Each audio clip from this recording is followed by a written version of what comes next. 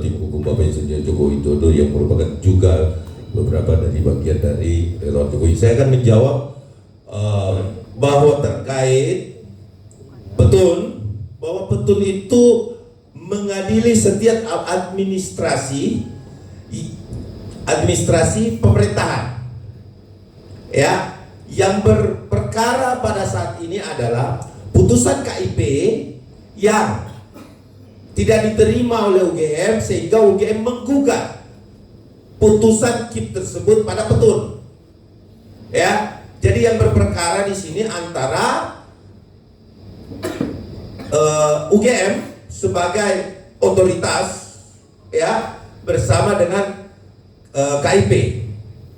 Ya, kemudian diperkuat putusan itu bahwa putusan tersebut tidak bisa diterima dan tetap dokumen tersebut dibuka dengan putusan KIP. Putusan KIP tidak menyatakan membuka dokumen keseluruhan. Sekali lagi saya garis bawahi, di sana di putusan KIP yaitu memenangkan sebahagian, bukan seluruhnya.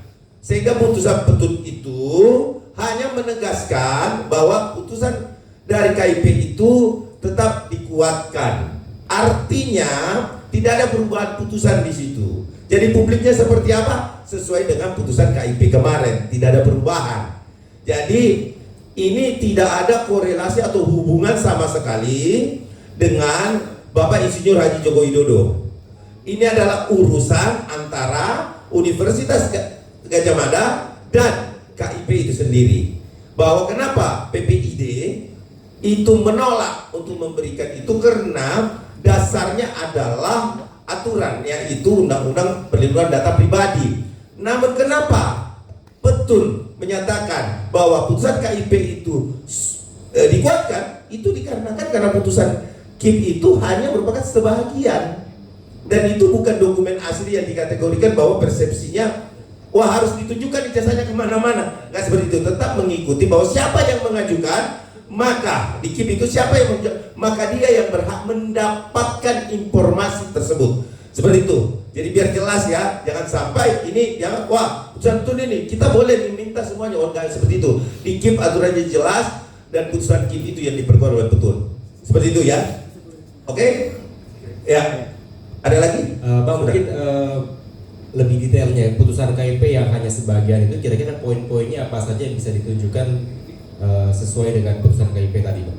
Ya, saya rasa di putusan KIP itu kan bagian-bagiannya sudah jelas ya, bahwa mendapatkan dokumen bukan asli ya, tapi mendapatkan dokumen informasi yang ada pada lembaga tersebut. Contohnya misalkan fotokopian yang sudah distempel dan lain sebagainya, membuka stempel itu ya stempel dan penandatangannya kan ditutup kemarin itu. Nah itu dibuka ke publik. Nah seperti itu, lihat aja putusannya dari KIP. Jadi seperti itu. Nah ada tambahan? Kalau nggak salah ada 2 ya, terkait masalah dokumen ijazah dan transkrip nilai. Ya, tidak semuanya dalam kaitan ini. Cuma sekarang juga kan menjadi persoalan kan, kalau berkaitan dengan ijazah. Karena status ijazah ini kan dalam status penyitaan di pengadilan. Berarti prosesnya itu juga nggak sesederhana yang dibayangkan. Begitu datang ke UGM terus diperlihatkan, nggak bisa, UGM nggak pegang ijazahnya Pak Jokowi. Yang pegang ijazahnya Pak Jokowi itu adalah Pak Jokowi sendiri. Dan sekarang Pak Jokowi udah menyerahkan dokumen itu kepada penyidik karena dilakukan penyitaan, termasuk juga transkrip nilai. Ya, jadi jangan salah juga nanti datang geruduk UGM, terus kemudian wah UGM nggak bisa tunjukin ijazahnya, berarti Pak Jokowi nggak punya ijazah.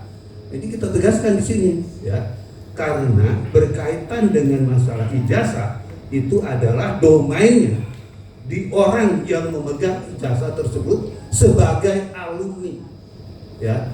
Nah kalau seandainya nanti kemudian datang ke sana tidak diperoleh, ya itu memang salah kalau berkaitan dengan masalah keberadaan ijazah. Apalagi sekarang ijazah menjadi suatu persoalan karena sedang dalam penyitaan, termasuk juga mungkin transkrip nilai. Jadi kalau nanti ditanyakan aslinya mana, ya akan menjadi persoalan. Karena tadi saya katakan, ini juga supaya jelas nih, jangan sampai ini digoreng lagi nanti kan, beruduk UGM minta ijazah aslinya di sana, ya tidak ada, gitu loh, ya. Barangkali semua dokumen, ya, perkuliahan Pak Jokowi itu barangkali memang sudah tidak ada sementara ya, itu dalam penyitaan di penyidik. Terima kasih. Oke. Ada tambahan lagi dari Bang Pitra? Bang Ade ya.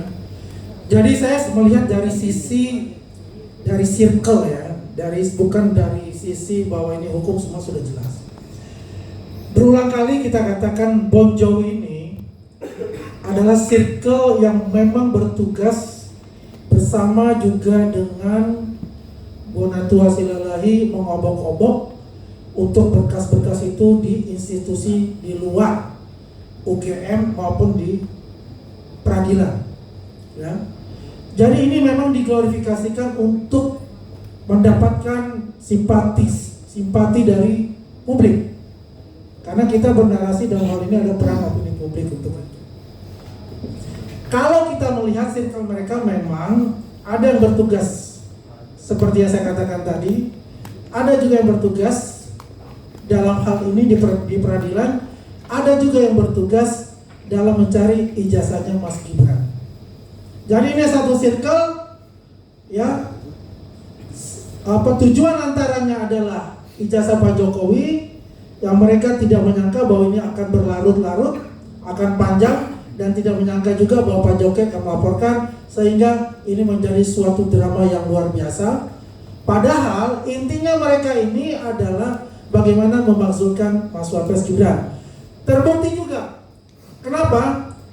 Denny Indrayana yang dulu getol ingin menjadi sebagai penasehat hukum dari Roy Suryo itu, kemudian dia menarik diri, sekarang kembali lagi, ya, dengan misi yang lain, yaitu mengenai ijazah SMA Mas Gibran, yang dia lakukan memberikan surat terbuka kepada Presiden dan juga surat terbuka kepada masyarakat untuk men-challenge masyarakat membuktikan ijazah SMA Mas Gibran, ya.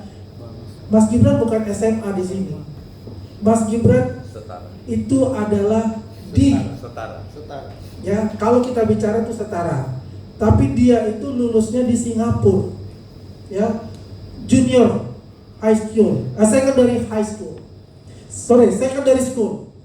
Itu setara dengan SMA di Jakarta.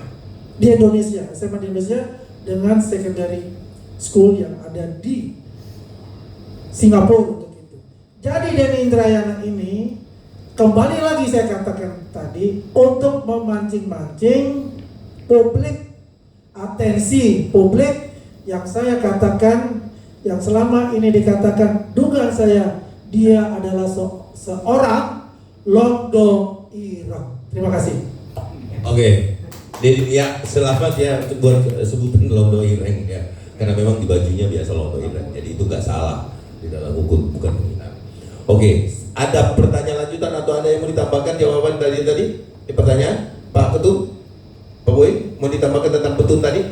Cukup? Oke. Segala hormat dengan keagunganmu, bahwa mungkin kita bersama-sama teman-teman dari Fakultas Hukum di lintas universitas pasti akan turun ke jalan untuk segera meminta agar ada ketegasan oleh Mahkamah Agung terkait penyalahgunaan Prapit, karena sudah menjadi satu pertimbangan Prapit. Kedua, Saudara Roy Suryo, bahwa indikasi menggunakan penyalahgunaan Prapit untuk mengulur-ulur waktu, sehingga itulah yang menjadi dasar agar supaya ini bisa diatur dan tidak diikuti oleh, ya, kita lihat ya, ada kasus-kasus besar ini sudah mulai Prapit.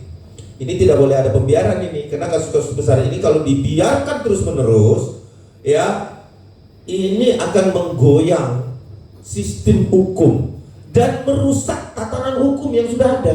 Jadi saya himbau Mahkamah Agung untuk tidak ikut dalam hal, ya, merusak tatanan hukum di Republik ini, tapi justru memberikan satu terobosan hukum atau fine track atau kemudian made in law, yang memang adalah kewenangan daripada yudikatif di sini, ya. Seperti itu untuk Kompas ya, bahwa dua hari ini kita akan ada gerakan bila mana tidak direspon, seperti itu. Ada lagi?